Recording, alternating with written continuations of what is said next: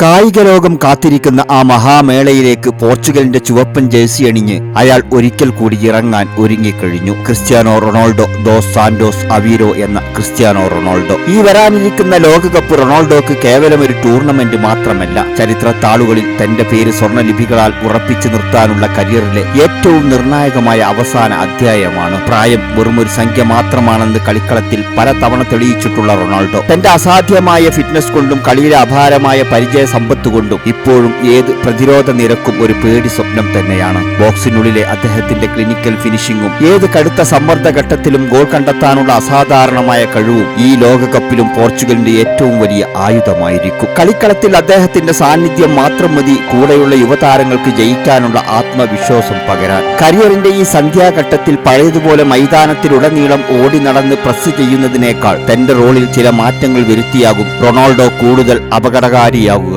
വേഗതയിലും കളിയിലെ നിരന്തരമായ ഇടപെടലുകളിലും സ്വാഭാവികമായ ചില കുറവുകൾ ഉണ്ടായേക്കാമെങ്കിലും കൃത്യമായ അവസരങ്ങളിൽ കളി തീർക്കുന്ന ഒരു പ്യുവർ നമ്പർ 9 സ്ട്രൈക്കറായിട്ടാകും റൊണാൾഡോ ഈ ടൂർണമെന്റിൽ കൂടുതൽ തിളങ്ങാൻ സാധ്യത. ബോക്സിനുള്ളിലേക്ക് വരുന്ന പന്തുകളെ ലക്ഷ്യത്തിലെത്തിക്കാൻ അദ്ദേഹത്തോളം മിടുക്കനായ മറ്റൊരു താരം ഇന്നും ലോക ഫുട്ബോളിൽ ഇല്ല എന്നത് ചരിത്ര സത്യമാണ്. തന്റെ അവസാന ലോകകപ്പാകാൻ എല്ലാ സാധ്യതയുമുള്ള ഈ മഹാമേളയിൽ കരിയറിലെ അവശേഷിക്കുന്ന ആ ഏക കനകസിംഹാസനം എന്ന സ്വപ്നത്തിലേക്ക് പോർച്ചുഗലിനെ നയിക്കാൻ റൊണാൾഡോ തന്റെ അനുഭവ സമ്പത്ത് മുഴുവൻ പുറത്തെടുക്കുമെന്നതിൽ ഒരു തർക്കവുമില്ല. നഷ്ടപ്പെടാൻ ഒന്നുമില്ലാത്തവന്റെ പോരാട്ട വീര്യവും ഇനിയും എന്തൊക്കെയോ തെളിയിക്കാനുണ്ടെന്ന വാശിയും ഒന്നിച്ചെത്തുന്ന ഒരു CR7 ഇത്തവണ ആരാധകർക്ക് ലോകകപ്പിൽ കാണാൻ സാധിക്കുക.